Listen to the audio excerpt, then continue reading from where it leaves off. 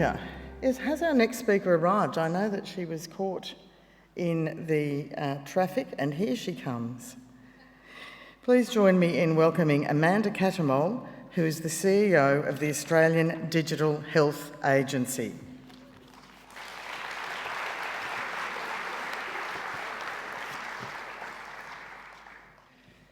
Well, what an extraordinary privilege to be here amongst this remarkable group of women and men. You who have worked so tirelessly to support Australians through the most challenging time that we've had in more than 6 decades. So I want to start by thanking each and every one of you from the bottom of my heart. And it's a thanks that I know that all Australians share. I also want to acknowledge with awe, respect and gratitude the Aboriginal people on whose land we stand today, the Larrakia Nation.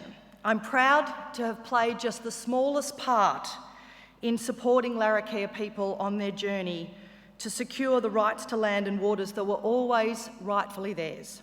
At a time, in my time as a lawyer, here in the wonderful top end of the NT.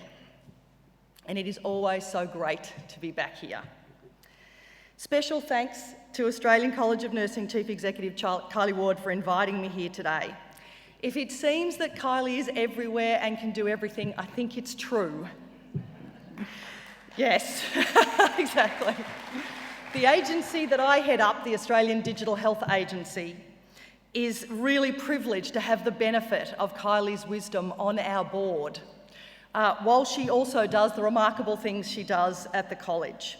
I've no idea how she does it all, but I'm very glad that she does. So today I'm going to provide you with my perspectives on the very 2022 theme of your conference, Nursing Leadership Unmasked. But there's some limits though.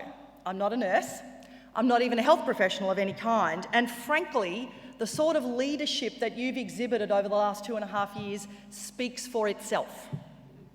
But since we're all a work in progress, and I hope that I can share a few thoughts and ideas, unmask myself as it were, that might add a little something to your leadership journey, the one that you're all on in the roles that you play supporting the health of Australians.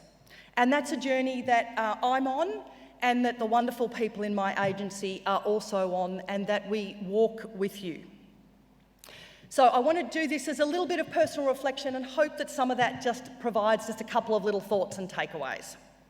So often when people look at my CV, and I talk to a group like I am now, people ask about my leadership journey. They'll say things to me like, well, what sort of planning did you do to end up in this role? How did you know to make the most, which career move to make the most, or which role to take? Well, it's all a little awkward really, because I only ever had one plan. The only one in my working life that never came off. And many of the transition points in my career that have turned out to be the most important were roles that I was literally dragged kicking and screaming to. And that got me thinking a bit about jumping off points. Those moments when a new role, a new moment of leadership presents itself to you. What are the ingredients or the signs that make it right? So I want to spend a few minutes sharing the benefit of my cluelessness in the service of perhaps triggering those thoughts and engagements when you're thinking about your next moment of leadership in this remarkable profession that you are all a part of. So let's start with my first jumping off point. I was a bright-eyed, bushy-tailed 24-year-old in my final year of law school, ready to face the world with the perfect plan to be a perfect employment lawyer, the perfect subjects to support it, even the perfect top score to earn me a summons to the Honourable Justice Gray's chambers. Famed employment lawyer turned federal court judge, for a chance to be his associate for a year. It's sort of a bit like graduate nursing year, perhaps the year just before that. Armed with my then encyclopedic knowledge of every employment law case in Australian history, I sat in front of His Honour, ready to impress. And I was pretty surprised at his first question. He said, "Amanda, do you like camping?" I said, "Camping? I love camping." Now that was a little bit of a stretch since I'd never actually been camping in my entire life. 8 weeks later, I found myself sitting cross-legged in the red dirt outside of Alice Springs, listening to Aboriginal people tell us the story of their country. Because my esteemed Justice Gray was also the Aboriginal Land Commissioner, presiding over land rights here in the Northern Territory. And so I found my first jumping off point. 1 year later, I quit my labour law firm, jumped on a plane and moved to Darwin. And it changed the course of my life. And I've sometimes said that my camping fib was the most productive lie I ever told. And I'm not advocating for lying in interviews, by the way. But that whole event did bring to an abrupt end my earnest career plan. Instead, though, my first mentor, advocate, and lifelong colleague friendship was born. Roll forward another decade or so, a decade spent in the privileged service of supporting Aboriginal people on land rights, native title claims, and then in Western Australia on social justice, land, housing, homelessness and other issues. So it was my gig, right? The thing that I have spent a lot of my working life on. So it's 2009 and the then Gillard government is in power with the support of several independents with some very big demands. One of them is a national gambling reform law designed to halt the scourge of problem gambling in Australia. Now, when I'm asked to lead the Gambling Reform Task Force, I don't do fibs this time, I outright say no. That's not my gig. I'm safe and confident in my work area. I'm well known. I use my networks to get things done. I've got a pretty good handle on a complex area that I feel passionately about, and I lead a team of like-minded people. The next 18 months leading the Problem Gambling Task Force was some of the most extraordinary of my career.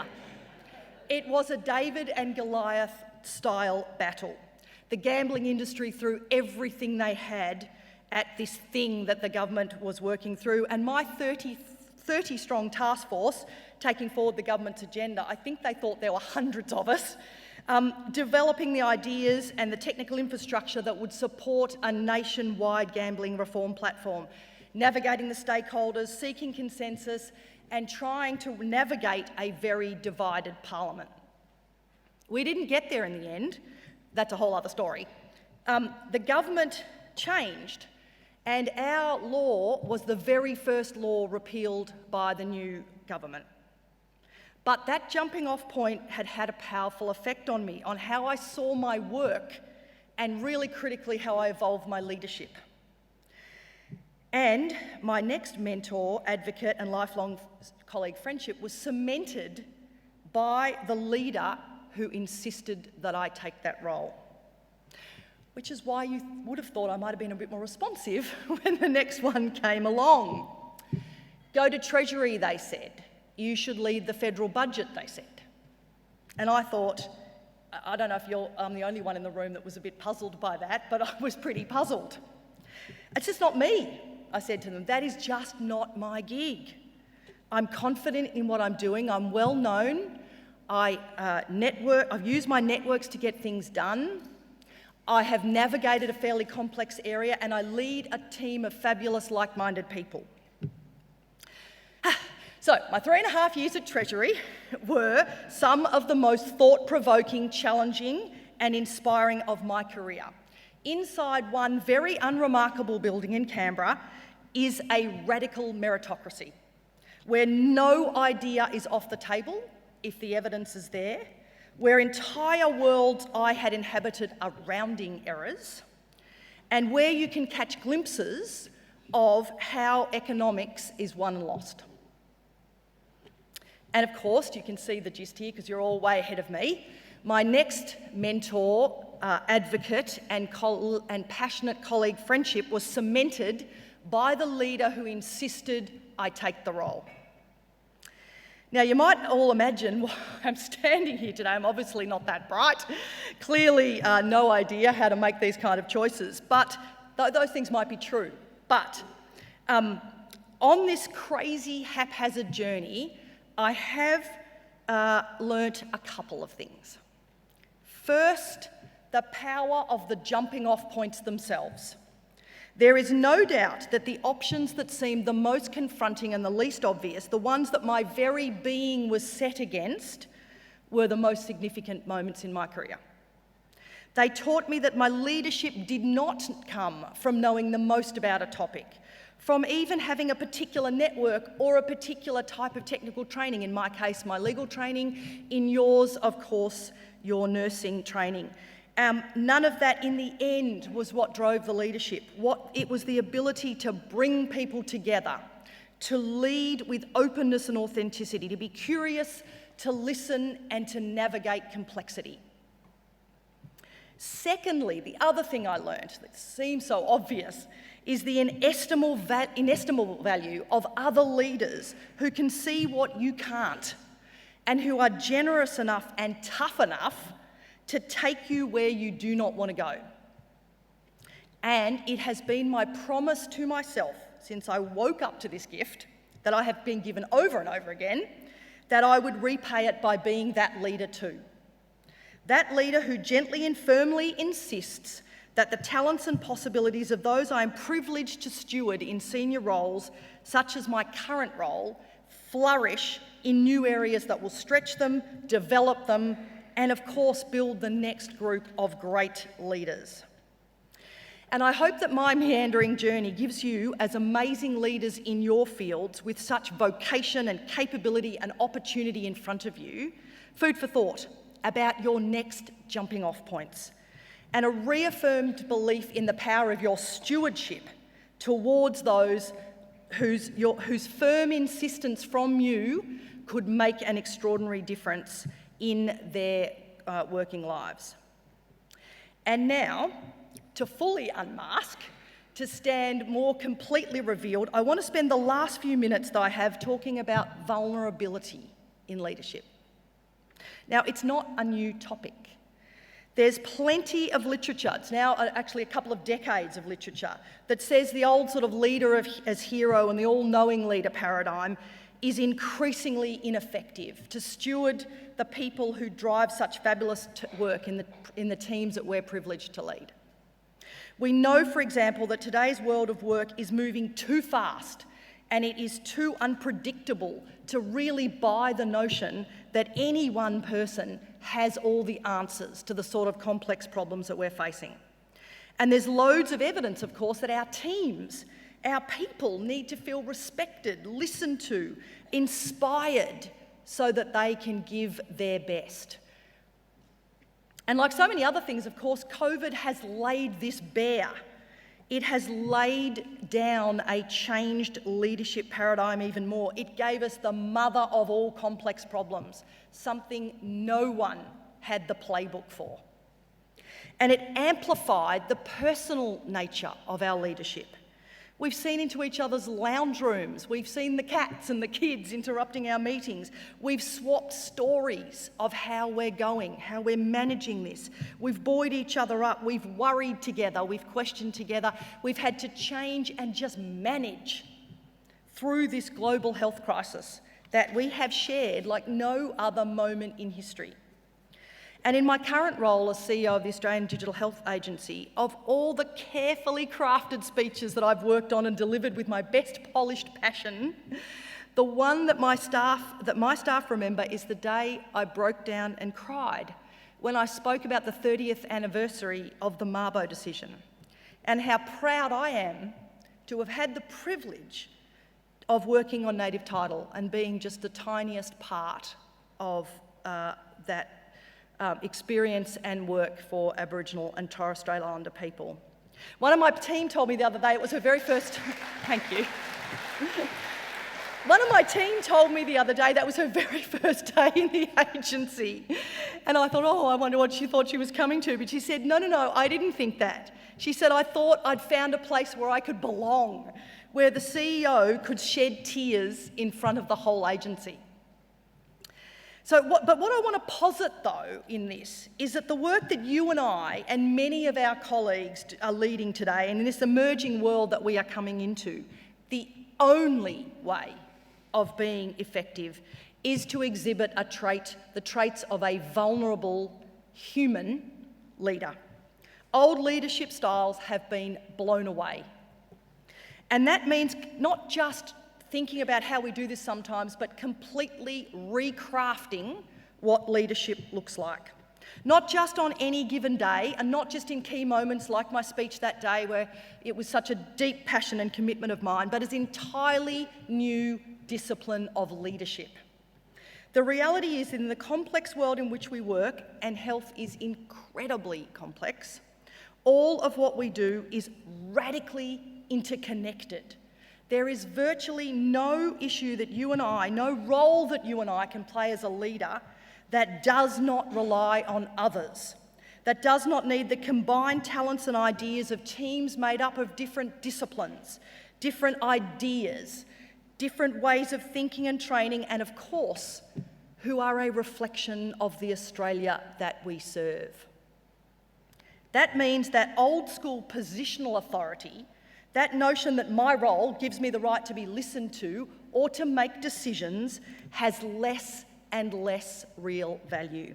It can only work for a very short time before it simply runs out of puff. Instead, personal authority, born of trust, dependability, consistency, emotional engagement and meaning, becomes the kind of currency that can truly inspire a team to cleave together as a group greater than the sum of their parts, and to be empowered to devise the kind of bold, innovative, passion-filled ideas that we need to move forward, not least in health, given we are grappling with so many challenges that you all know way better than I do. So I stand here unmasked without any of the answers.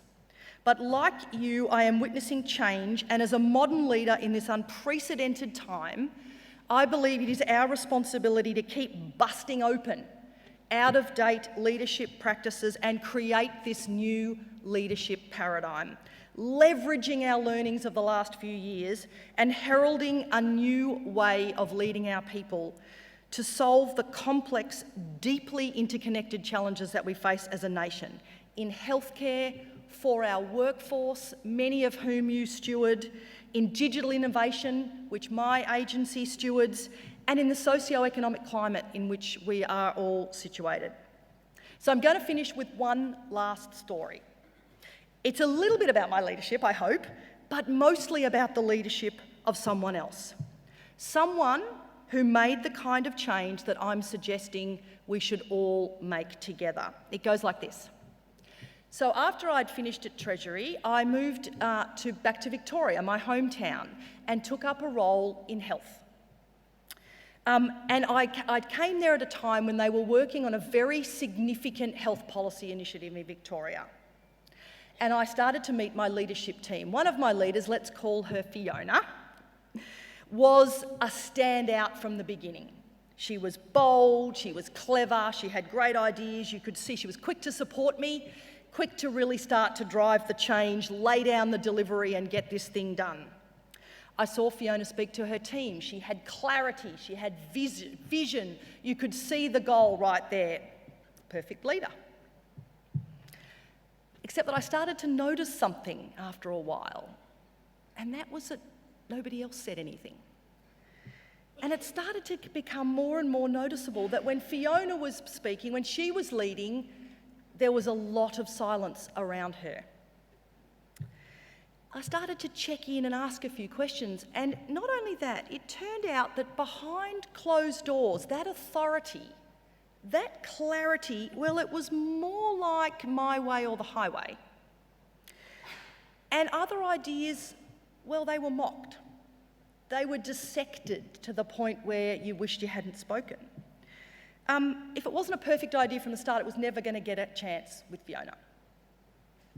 A strong voice in public became gruff in private. It became a shout from time to time.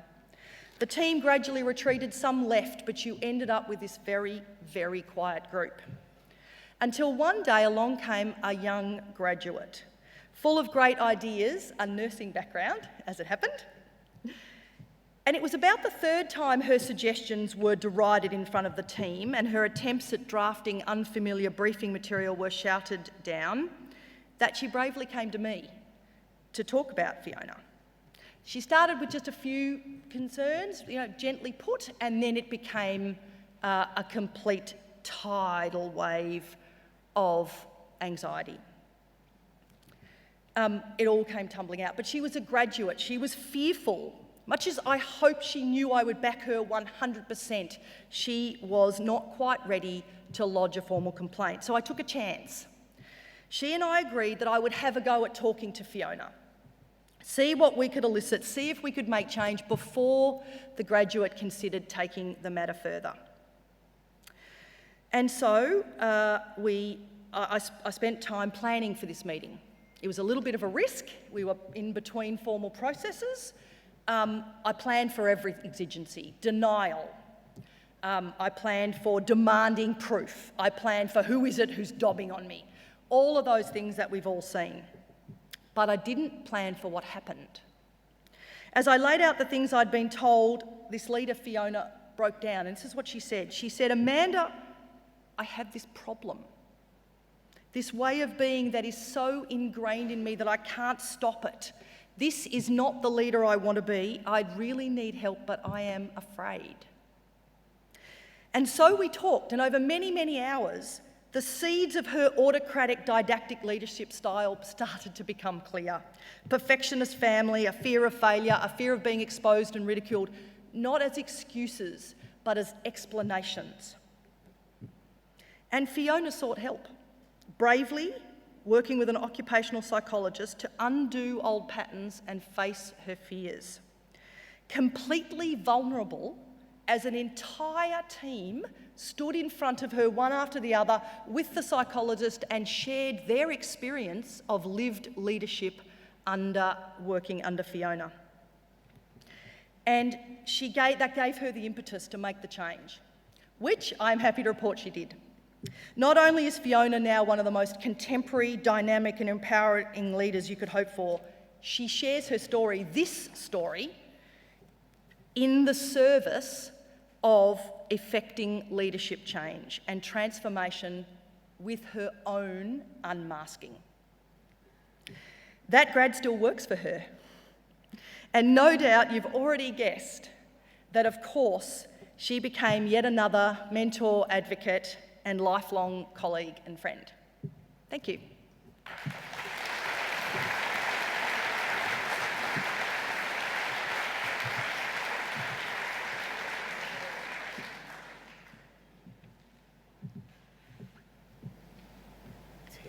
Wow, it looks it. Amanda, I would like to say one thing. You talked us through your journey and the growing realisation that you had about your leadership. Kylie and I don't quite understand how it took you so long. It took us about a minute to understand how truly amazing you are. Oh. So thank you for coming and spending time with us. Wow. And sharing some of your stories of your own vulnerability, because early on in the conference we heard about the need for courage and fear to be best friends, and I think you've exemplified that in the stories you've told us today. So thank you so much. Thank you so much. Absolutely lovely.